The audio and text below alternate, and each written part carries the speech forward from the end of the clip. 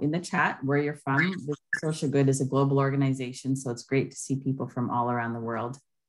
So welcome. I'm Vinitha Lucas, the Executive Director of Viz for Social Good, and I'm so thrilled to be partnering here and doing this kickoff. My partners from the Gord Downie Chanie Wenjack Fund.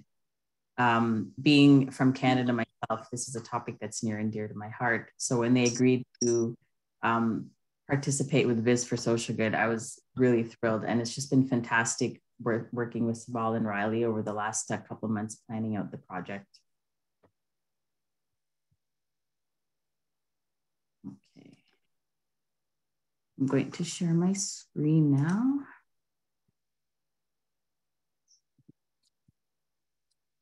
Just let me know if you're able to see that.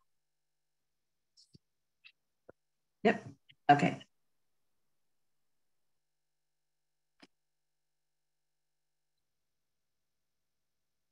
Okay, as you know, this session will be recorded. It's actually already being recorded. And at the end, we will do a photo moment with everyone. It's been something that we've been doing since we've launched all our events virtually. Okay, so just to go over the agenda for today, welcome and opening. I'm not gonna talk too much about Viz for Social Good. I think most of you know who we are and what we do. Really the bulk of the meeting, I will turn it over to the DWF team. And then also open up to the volunteers for any Q&A. We've launched the project today. If you wanna go to the website, take a look, download the data. If you haven't done that, you may wanna do that in case you have any questions through this session. A little bit about Viz for Social Good. We've been around, I'd say, for the last 5-6 years. It really started as a one-man show. Our founder, Chloe, was at a conference and just started a data visualization conference and just started talking about why we can't use data viz for good. Viz for Social Good formed. Now it's grown into this amazing network of volunteers. Our volunteers are just amazing. They've built their own community. We're global, and really our one purpose is to help other mission-driven organizations create social change. And that's through data visualization, and now storytelling, which is really, really big topic in our industry, but also even more critical for charities because they need to be able to share the impact of the work they're doing through storytelling. And essentially, like, my personal goal is really just to make the world a better place. With data, I've been in data my entire career, and when I thought I could give back, it was amazing to get involved with Viz for Social Good. So it's really there's lots of organizations that are looking to help social causes through data science, and data visualization. And while we support a lot of charities, we are equally supportive of helping our volunteer network grow their skills. Some have moved on in their careers just because they've worked with Viz for Social Good. So to us, our stakeholders are, the community, the charities, and the volunteers. And over the years, we've partnered with many, many charities, and you can see some big names here, but we've also, it's actually, very humbling to partner with smaller organizations that are just, making everything they do work with the limited resources they have. Many haven't even, heard about what data or the power of data visualization is. So when we show them the art of the possible, it's fantastic, and it just puts them on the journey to really understand where data can help them. And if any of you are associated with any charities and would like to, promote Viz for Social Good as a potential future project, we definitely welcome that. And I am going to turn it over, the most exciting part of today, and turn it over to the DWF team, and they can introduce themselves. I'm going to stop sharing now. Okay, over to you. Great. Thank you, Vinitha. I'm going to share my screen as well. So hopefully you can hear that or see that, sorry. Yes. Perfect. Okay. So hello, everyone. Thank you for that introduction as well, Vinitha. We here at the Gord Downie Chanie Wenjack Fund are really looking forward to this project. We're still, in relation to some other larger organizations, we are still very early on in our data work, and we're really passionate about it here at the Downie Wenjack Fund. So we're really excited about this chapter in this project and how it can really help improve and bolster our communications and the work that we're doing. So we're grateful to everyone who is here today, and we're of course very grateful to the Viz for Social Good folks who invited us along into this project. So happy to be here. I am here with Amanda and Sibel, so I thought we could start with some introductions first of all, just so you can get a sense of who we are, and then we'll work through our agenda today. So I'll chat a little bit about the history of Indigenous peoples in Canada, understanding, of course, that most people here, if not all people here, are coming from largely outside of Canada and might not be familiar with the history of the work that we do. I'll talk about the work at DWF. I'll talk about the challenge and some of the challenges that we've experienced with data and the project that we have proposed. Amanda will chat a little bit about our branding and language guidelines, use of imagery. And then of course, Sibel will get into the exciting part, which is all of the data. So before I turn it over to my two colleagues for their introductions, I'll just briefly give you a background of who I am. My name is Riley Goldsmith. I am a member of Laxwell First Nation here in Treaty 3 territory in Canada, or Turtle Island as we call it sometimes. My family is also of mixed European descent. My family comes from Holland as well as Ukraine, and on my mother's side, of course, we are Ojibwe from Treaty 3. And I am the Director of Programs and Operations here at the Gord Downie Chanie Wenjack Fund. I've been here for almost since the very beginning, so it's been a really exciting journey to see the organization grow and flourish over the last few years. And so I'll turn it over to Amanda. Hey everyone, my name is Amanda Charles. I'm a Anishinaabe like Riley, but my dad is a member of Rama First Nation, so a different community from Riley's. My mom is English, Scottish, and of Jamaican descent. So I grew up in Cobourg, Ontario, and I now live in Toronto.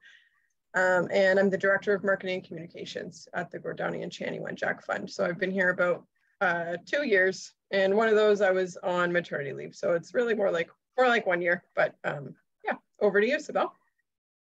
Hi everybody, good morning or afternoon or evening, depending where you are.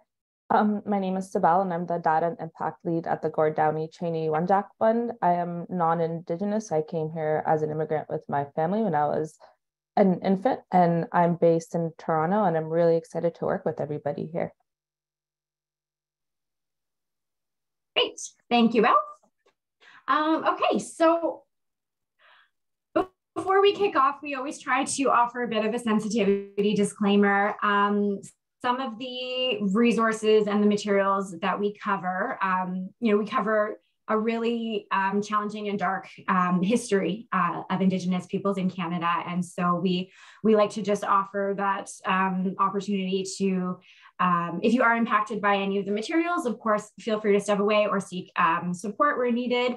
Unfortunately, we don't have a lot of international resources. As a Canadian organization, we do have a few resources here if you do find that you need it. However, we're not going to get too deep into the deep history, but I did just want to make sure that I was mentioning that right off the top. And to start off, I wanted to start with a video just to introduce what the history is. There's a really long and complicated. Sorry. Dennis. Oh. Dennis. Oh no. Kate, can you mute everybody if you're the host? I'm not sure why you ended up being the host. I'm so sorry. Yes, I've muted one person. Riley, are you unmuted? There we go. Yeah, I unmuted myself. Thank you. Okay. So this video just gives a brief timeline of the very, very long and complicated history of residential schools and Indigenous history in Canada. So it's about 5 minutes, and it's just a really great opportunity. If you've never heard of this history, or if you're just learning about Indigenous history in Canada for the very first time, it's a really great 101. So I will turn this over here and put this video up. So hopefully you guys can all hear the sound.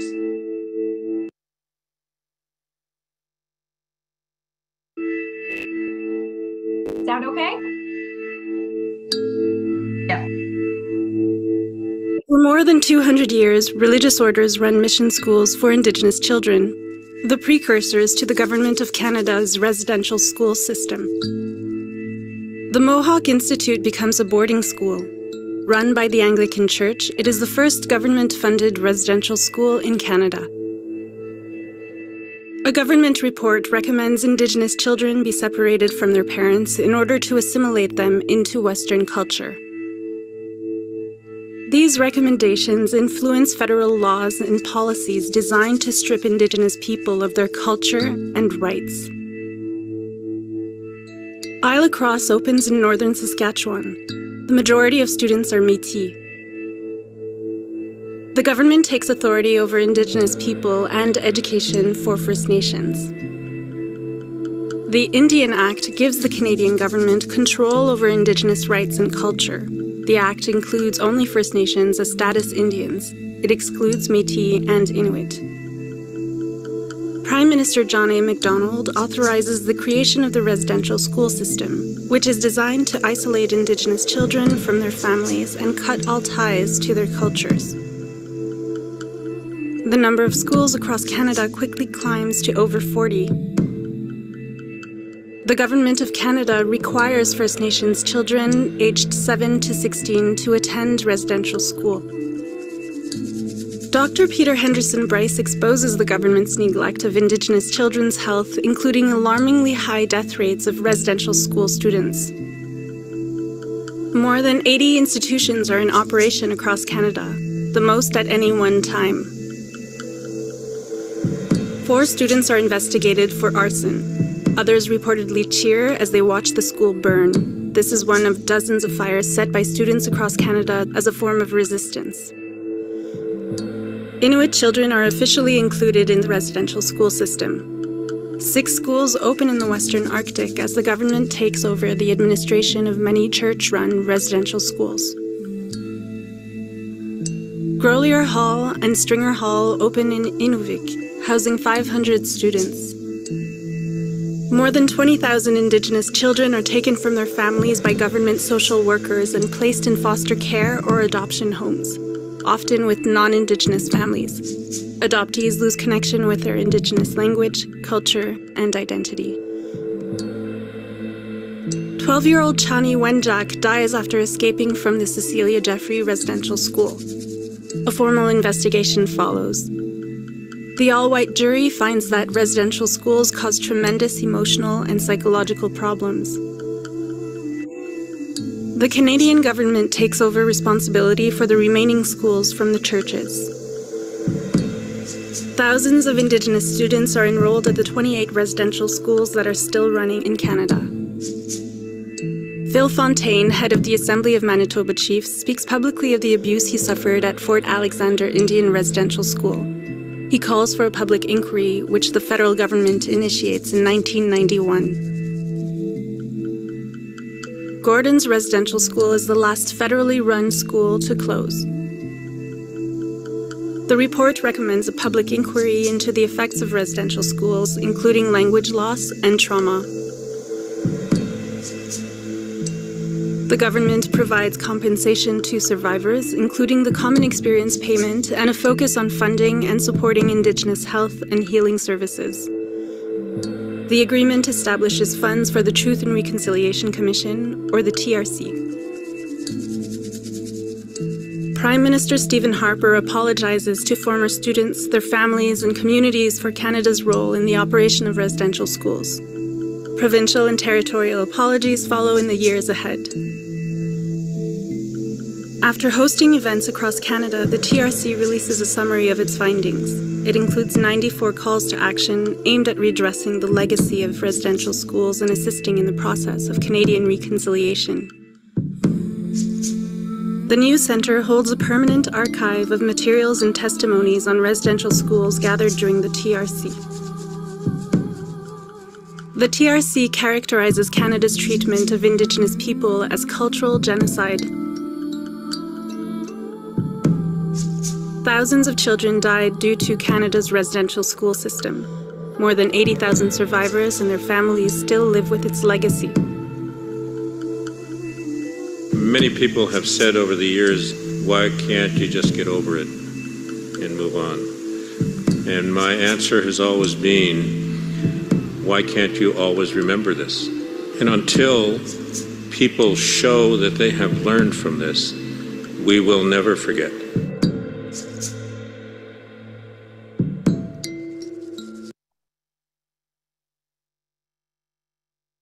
Great.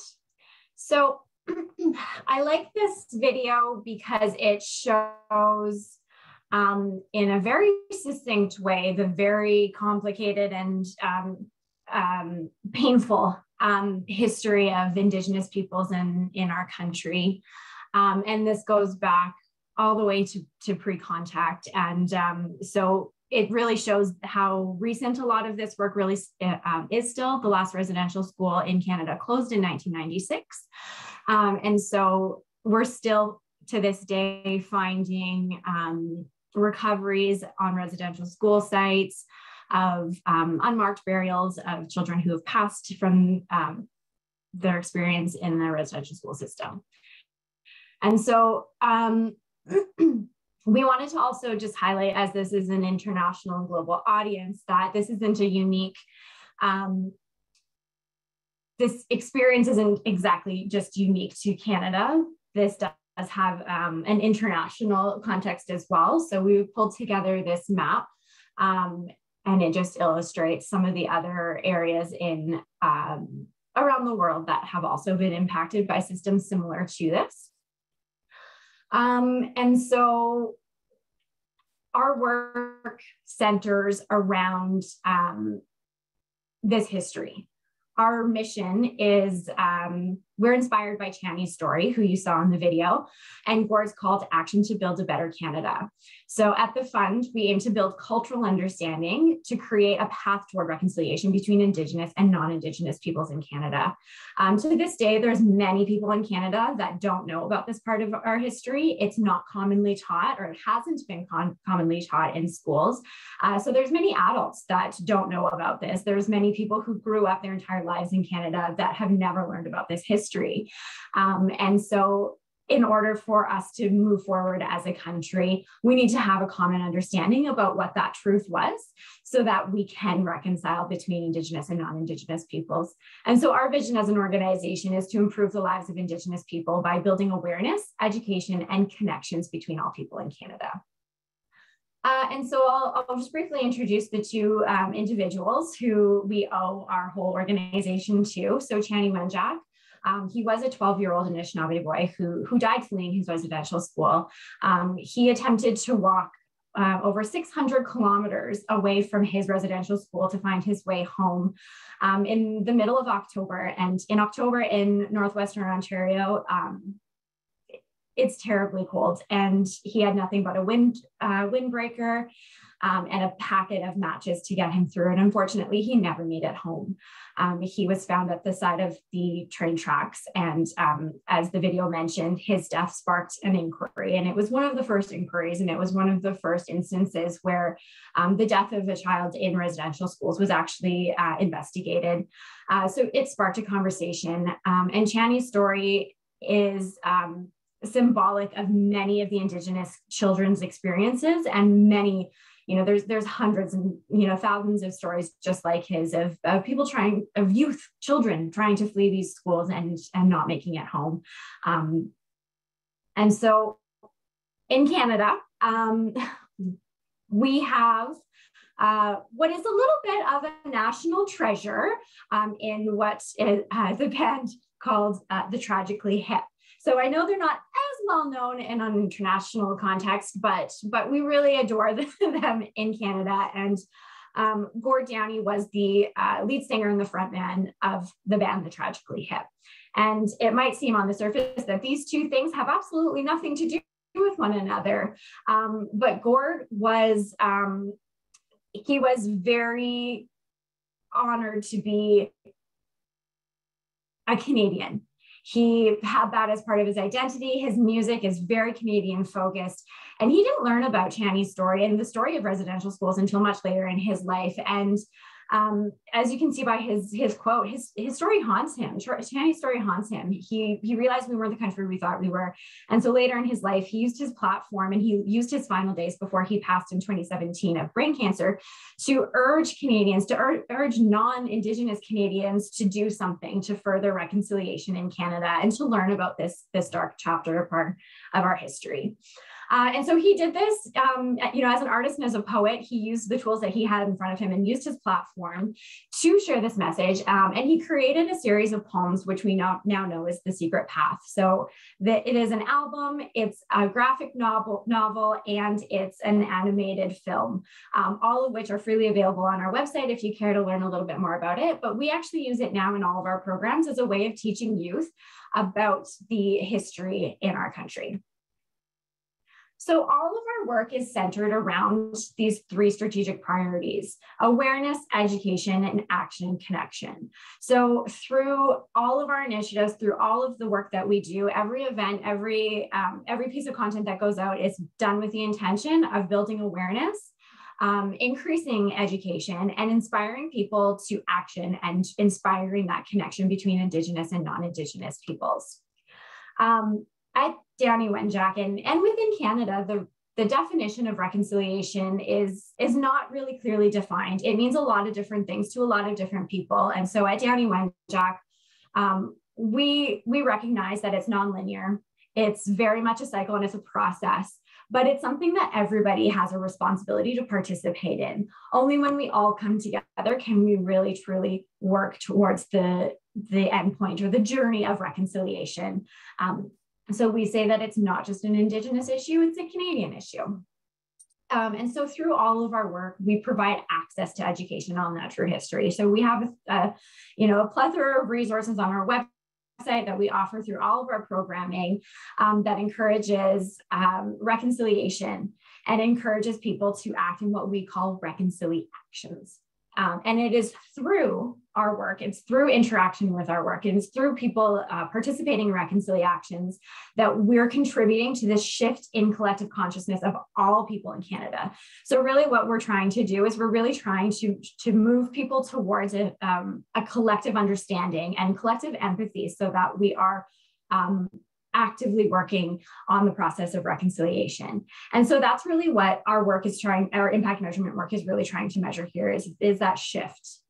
And so just to reiterate, a reconciliation is a meaningful action that moves reconciliation forward. Sibel will get a little bit more into this in her section, but we consider any action, any positive action that an individual takes as a reconciliation. So if they're subscribing to our newsletter because they've shown an interest in wanting to learn a little bit more about Indigenous history in our organization, if they attend an event, if they host their own event that brings Indigenous and non-Indigenous people together with the intention of educating or sharing awareness, that's a reconciliation. And that's what we're trying to do. So these reconciliations really act as a catalyst for these important conversations that need to take place in order for that social change to happen. And so our goal is to bring everybody along on that process and that journey with us. And as Gord says, and as you'll see throughout all of our communications, is we're really encouraging some people to do something. And so I'm not going to get too far into this, into all of the nuances of the programs, but one of the main programs that we offer is the Legacy Schools program. So this is an education toolkit that we offer for free to educators within the K-12 system. So from JK all the way to grade 12. And we do have some post-secondary institutions involved in this, and they're encouraged to learn about it. Educators have have easy resources that they can easily implement in their classrooms to encourage students to start talking about this and thinking about this. And it really does have a really great ripple effect in the community and in the schools to encourage participants and youth to get involved in a very early stage of their life.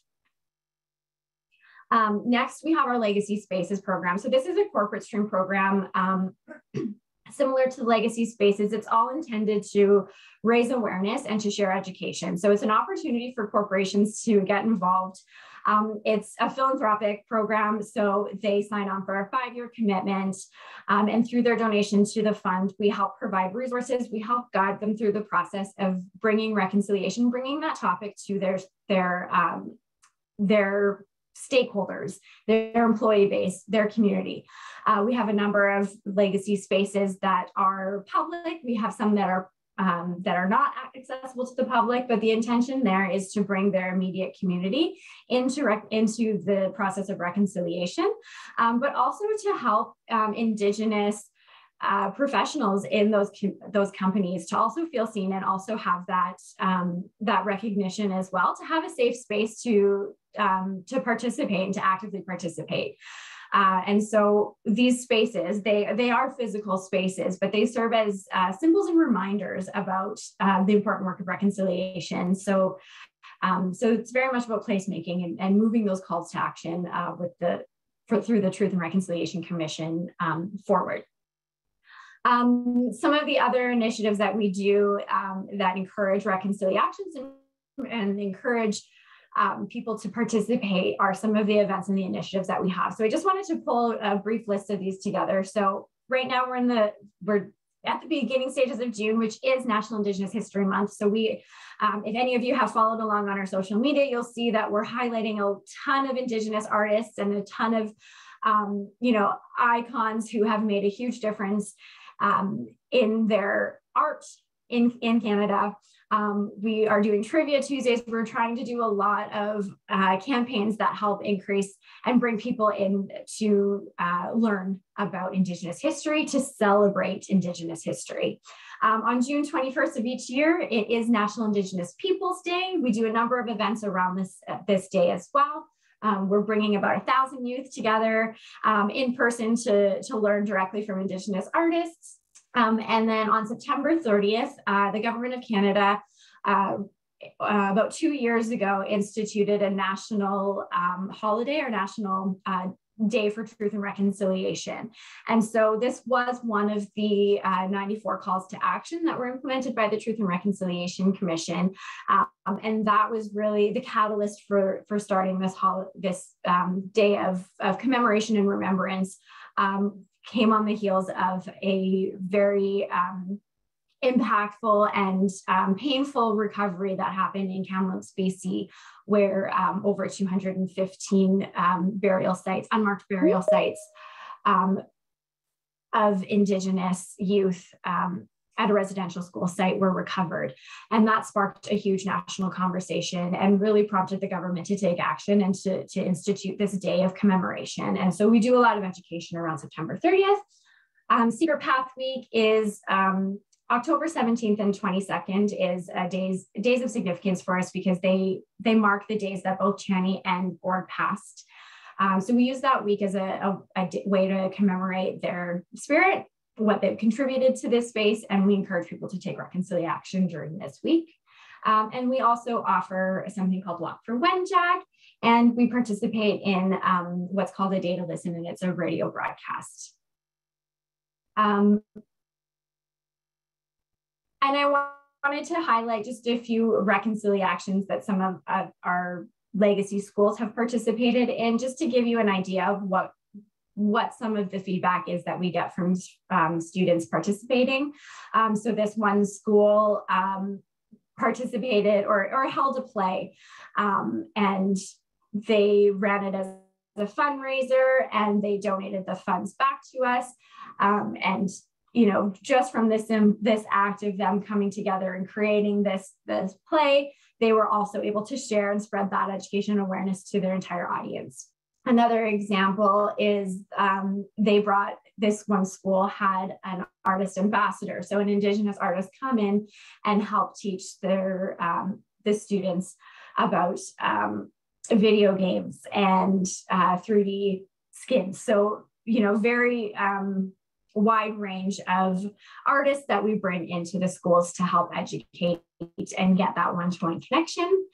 And lastly, we have a school, an entire district, so an entire school district in the province of British Columbia, where they all came together for a walk for Wenjack and a number of other district-wide professional development opportunities. So reconciliations can really take any number of form. It's really self-guided, and the intention is not for us to prescribe exactly what it is to do, but whatever is meaningful and impactful and student-led and community-led, so that we're really deepening that understanding and that connection. Our success to date, so this is just a snapshot of some of the data and the impact that we have collected. These are some of the numbers of the reach that we've had to date. This is data as of May of this year, and we update these on a monthly basis. But this is just to show you our widespread reach in the 5 years that we've existed as an organization. So lastly, before I pass it off, I know I've talked a lot already, but I did just want to leave my section with a little bit of an introduction to what our challenge is and what the challenge is that's presented to the volunteers here. So our measurement work, as I said, we've started this work about 2 years ago, and because of the nuance of reconciliation and measuring social change is hugely challenging. We have a very small team. Up until a couple of years ago, we were considered a very grassroots new organization. And so we're very much learning this as we go as well. And we're trying to make sure that we're capturing all of the necessary data as we work through this and as things are changing and evolving. And so we went through an entire process with consultants where we've developed our 5 key performance indicators, and we measure all of our impact on these 5 areas. So it's thought leadership, our reach of our education, number of, participants in reconciliations, and number of reconciliations, as well as donation growth. But within each of these areas, there's a number of reconciliations that are also tracked as well. So that's the area that we're really going to get into, is our reconciliation data, because it touches so many aspects of all of our work. And the way that we've tracked this data is in an engagement funnel. And it's categorized into different phases of engagement. So, a person who's participating in our work by signing up for the newsletter is going to have a much different engagement or level of engagement than somebody who's actually running their own reconciliation event, for example. And so we wanted to try to capture what the difference is between those and what exactly it is that's moving a person through that education funnel. What are the resources that we've been able to provide? What is the encouragement or the connection that we've been able to provide to actually help move people through that, so we can actually measure our impact on that social change? The other side of that too is that there's an entire ripple effect within the community that we're not able to capture. One school might have a class of 30 that are actively participating in that in that legacy school program. However, those students are also going into their community and they're educating. And so we want to try to capture that as best as we can. But there's also limitations as well in that. I'll also mention too that we're also limited by what we're not able to control. Obviously, there's a lot of external factors. The Kamloops recoveries that I had mentioned with the 215 unmarked burial sites, that thrust residential schools and the history into the national media, and for months, people were really, really engaged in this work. That was completely out of our control, but we were able to respond really, really quickly to that because we were prepared to be able to respond to people asking for more resources and more information so that they can do more. So there's certain elements that we're not actually able to control and include in this work, but we still want to do what we can to be able to measure our impact, our direct impact in people participating in reconciliation. And so our reconciliation data to us has helped us identify that impact on an individual level, which then can impact it on a community level. So how are we able to use this data to tell a story? And how are we able to use this data to measure that shift in social change? So that's really what we're looking for here, is we're looking for help in visualizing that reconciliation data so that we can identify where people are on their own path and within their own personal journeys. Great. And I will turn things over to Amanda. Thanks, Riley.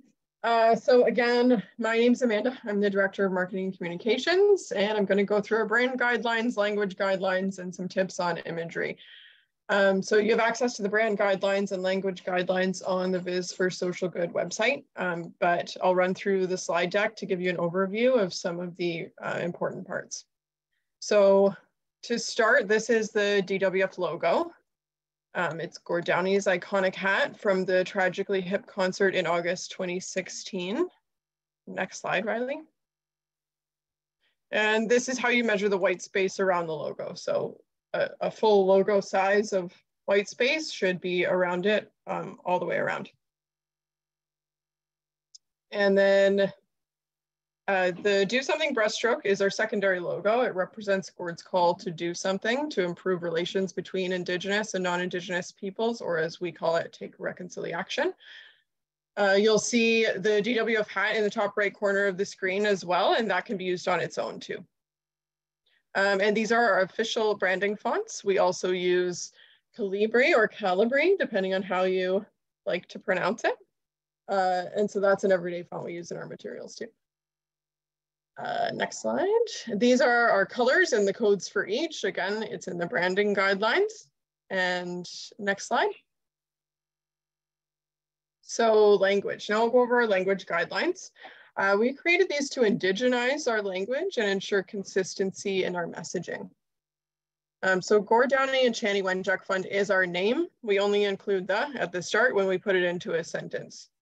And DWF is our official abbreviation. We do some capitalizations a little differently. We always capitalize Indigenous, First Nations, Inuit, Métis, and do something.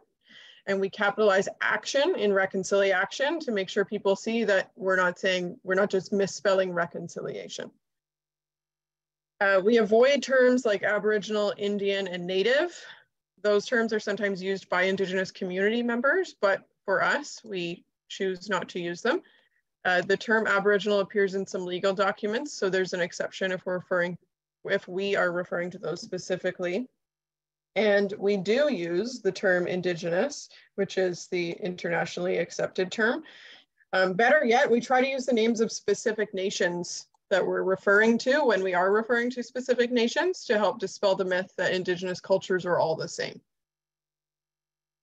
We avoid possessive terms like Canada's Indigenous people or our First Nations because it implies ownership and a colonial paternal relationship. We use content warnings before we talk about residential schools, just like Riley did at the beginning of the presentation. And we write dates without an ordinal indicator. So for example, September 30, not September 30th, just for consistency on that one. Next slide. So use of imagery is really important to us. This image is from The Secret Path. It's Chanie walking along the train tracks. Next slide. So imagery that we use includes Secret Path imagery like you saw on the last slide, train tracks, maps of the area that Chanie traveled, images created by Indigenous graphic designers. We also use generic clip art that you might see in this presentation. And authenticity is very important to us. So images created by Indigenous people and with their consent. We avoid cultural appropriation. So please don't create graphics meant to appear Indigenous unless the designer is Indigenous. So no feathers, teepees, dream catchers, etc. Those are all fine when they're authentically created and used. But we try to avoid stereotypical imagery that's going to perpetuate the stereotypes. And for photos, we try to stick with our approved branding photos of the Downie and Wenjack families so we can make sure that we have permission. So we try to avoid stock images because we can't always verify that the person in the photo is Indigenous and to where. Stock images are okay when we're not trying to portray Indigenous people, but we're just careful about it when we're trying to portray Indigenous people. And so we use images from our events or something instead, or images of the Wenjack family. So it's also very important to us that we protect the legacies of Gord and Chanie. especially Chanie. So just to reiterate, he was only 12 years old when he died. He has family members who are still alive today. So in everything we do, we consider the potential impact on the Downie and Wenjack families and on all survivors of residential school. So that's very important when thinking about the sensitivity of this material. So finally, here are some helpful links with our brand guidelines, language guidelines, and approved photos. And I believe you have all these already, but just to have them here as well. I don't know if you'll get the deck afterwards, but if you do, you will have these links. And I'll flip it over to Sibel. Thanks, Amanda. Now we're going to pivot into future states. So future states are essentially DWF's evaluation framework. So this is how we try to understand our social impact on reconciliation in Canada between Indigenous and non-Indigenous people. So it's pretty much the work that we're trying to see Canada be at some point. So it's our mission and our vision realized. So in some First Nations culture, there's this idea of 7 generations. So we're really looking at the future over here, where we do have our KPIs, which is very short term. It only looks at a quarter, it looks at a year at most. But when we're trying to think of our work, we're trying to create real systemic and long-lasting impact in Canada. So that's the whole point of our future states. So what will people experience in that moment in 7 generations? And then when we think of our work in future states, it's of an if-then statements. So what are we doing right now with our activities, such as our Legacy Schools program, our Legacy Space program, that is going to change the future to achieve our future states? Or simply put, as an example below, if I ensure Indigenous voices are amplified throughout this event, then the future Indigenous voices can be centered. So these are DWF's future states.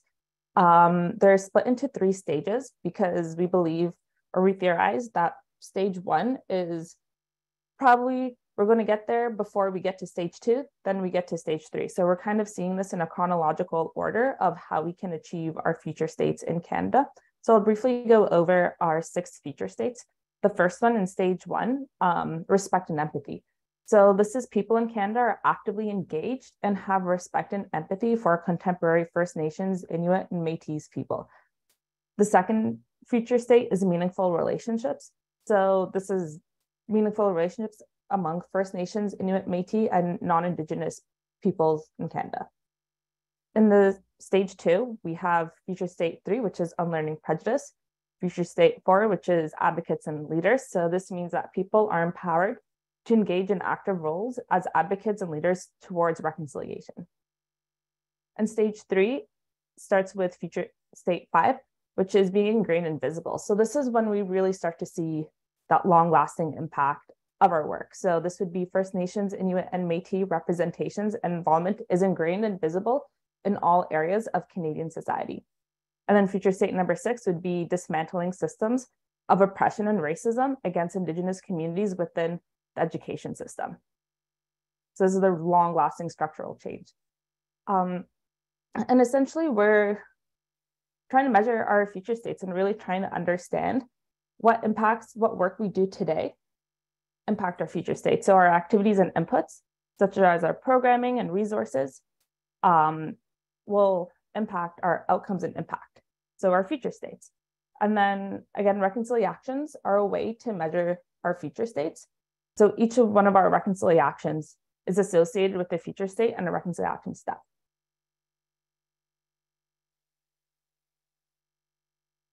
So these are some of our other outcomes that help define or help us measure our work, but I won't get too deep into them.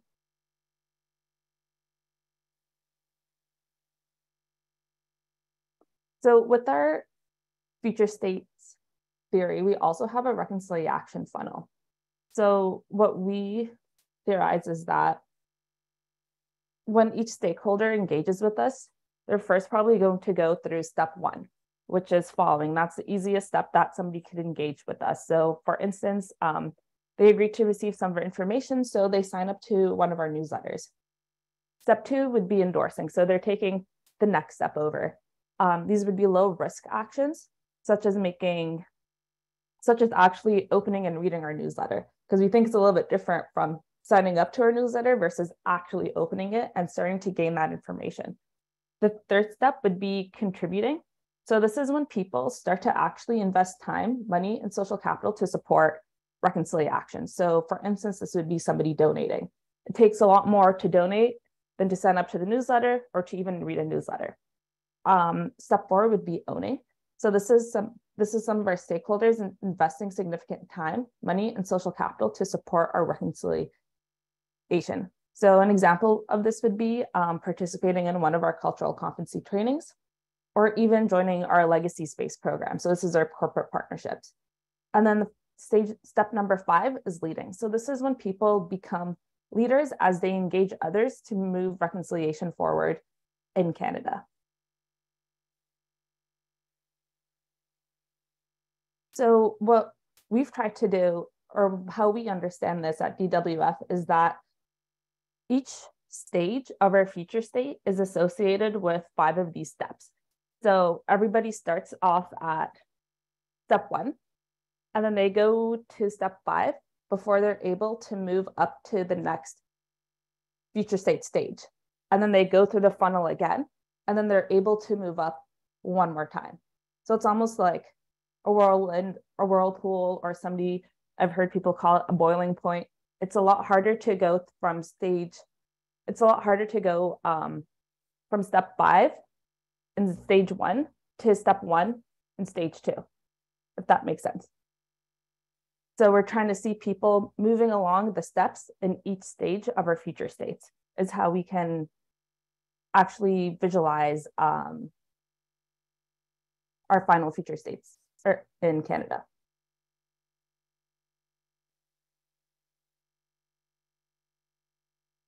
So time to get into the actual data with our reconciliations database. So we are a pretty new organization. We were founded in 2016, but gained charitable status in 2018, but we really only began collecting reconciliation data in the past 2 years. And our database is essentially an aggregate collection of our reconciliation data across all departments and stakeholders. So I've linked to the spreadsheet and the cheat sheet involved below, but just some screenshots with the actual database itself. So this is something that it looks like. We've separated each reconciliation by metric, segment, and source. So the metric would be a grouping of reconciliations.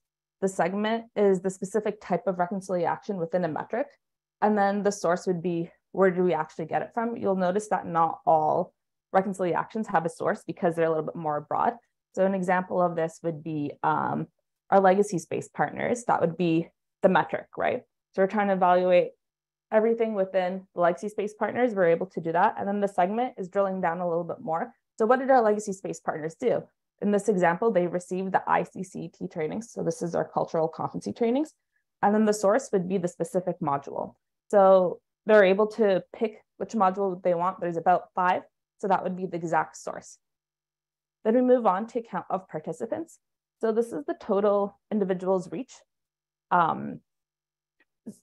And we can have duplicate participants. You will see that throughout, just because we don't necessarily have a way to see who's participated in one training and not the other training. We just get a general number. And then to the right of that, you'll get count of initiatives. So not all reconciliations will have an initiative, but just because this is aggregate data, an event can happen multiple times within a quarter. So for instance, with the same example of the legacy space partners with the ICC trainings and specifically the custom modules, we can see in this quarter that happened twice. So that training occurred twice, and it had a total reach of 110 within those 2 initiatives.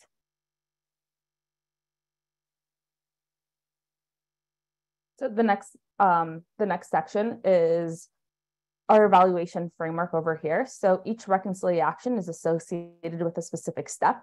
So you can see the step weight, and then each reconciliation is associated with the future state. And then what we've done is just multiply the steps with the future state to see which weight or how heavy of a reconciliation it is. Just because, once again, reading a newsletter, opening up a newsletter is a lot different than donating or being a champion and volunteering for us.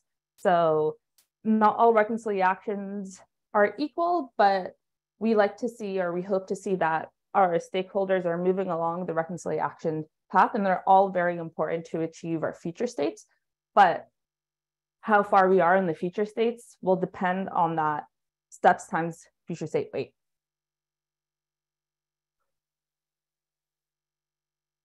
And then over here, you'll see some calculations just in the database.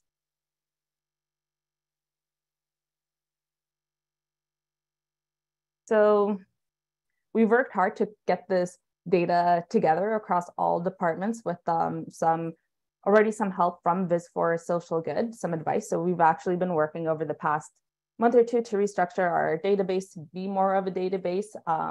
But now we also need your help to tell the story of the journey through reconciliation. So pretty much what we're really hoping to get out of this project is visualizations that are creative and appealing. That way we can demonstrate our social impact to our stakeholders, something that Amanda and the marketing communications team can share, that's user-friendly and easy to understand.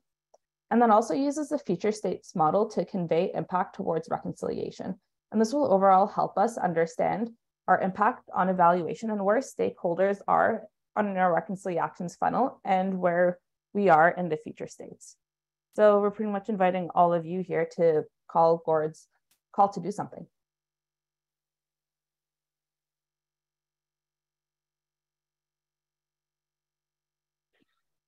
And yeah, if you guys have any questions, I'm on the Slack channel, so feel free to send me a message at any time or even email me or Riley.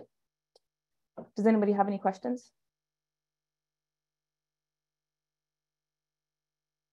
I have one question. Thank you for this presentation. It was really great and extremely helpful. I'm looking forward to the opportunity to be able to help. One of the questions I just had around the audience then, so given that it's your stakeholders, the level of education that they already have with DWF, is that a little bit more already established, or are you also, I'm wondering how much of that education on DWF versus doing more of the funnel and the pipeline work you are looking for, like what that balance is. The question is, are you trying to understand our stakeholders or the reconciliation funnel? More so with what you're looking for us to create for your stakeholders, are you also looking for them to have additional education into what DWF does and how they work with DWF, or is there an understanding that because they're already engaged and you want to represent their pipeline and matriculation, that they already know what they are involved with? So there's less of that initial DWF education and it's more about their growth with you. I think, yeah. Sorry, do you want to go on? You can go. Okay. Yeah, great question. I would say the main intention for this visualization work is to use in our materials. So a lot of the stakeholders in the audience that we would be presenting this to would already have that understanding of DWF. We've done a lot of work to try to establish what those key messages are and what our mission and vision are already. So we want to use this as an opportunity to really get into what the journey looks like rather than explaining the organization and the history and the work that we do. So I hope that answers your question. It does. Thank you. Okay. And Isabel, if you have anything to add to that, feel free.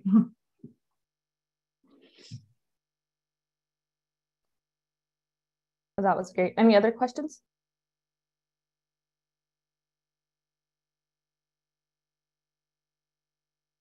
Even on the Canadian context of this, because it's really interesting working with an international audience. So even if you're unclear about Canada's Indigenous history, please feel free to reach out or ask these questions, because I know it looks like very different in every different part of the world. Yeah, and that's the beauty of a lot of our projects, because, you know, we're working with the local charity in one country, but, you know, the social cause still is universal. And that's where, you know, our volunteers from different countries have amazing perspectives on what's going on their side of the world and how they apply that to the local charity. Okay, are there any more questions then? Let's just check in the chat. Anyone has any? Okay. I think we're good. Kevin, if you're still on, happy to hear any thoughts from you. If not, I think we can, we're supposed to take a picture now. Not used to doing this part. Does everyone want to turn on their cameras? We can take a little photo for memory.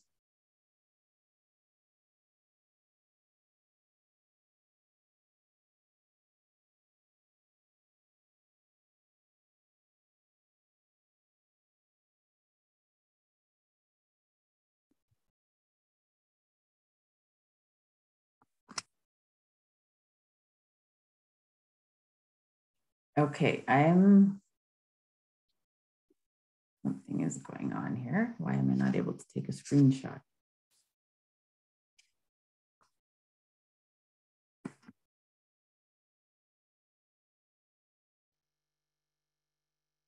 Let's do one more in case.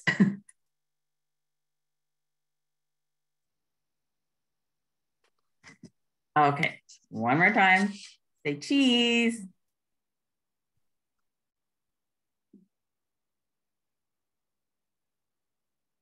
Okay, I think that's it. Should have made everyone say, do something. Okay, I love that. Okay, let's do it. I'll take the, I can't do that because I need my fingers, but everyone, let's do that. Everyone say, do something and put your arms out. Do something. Do something. Do something.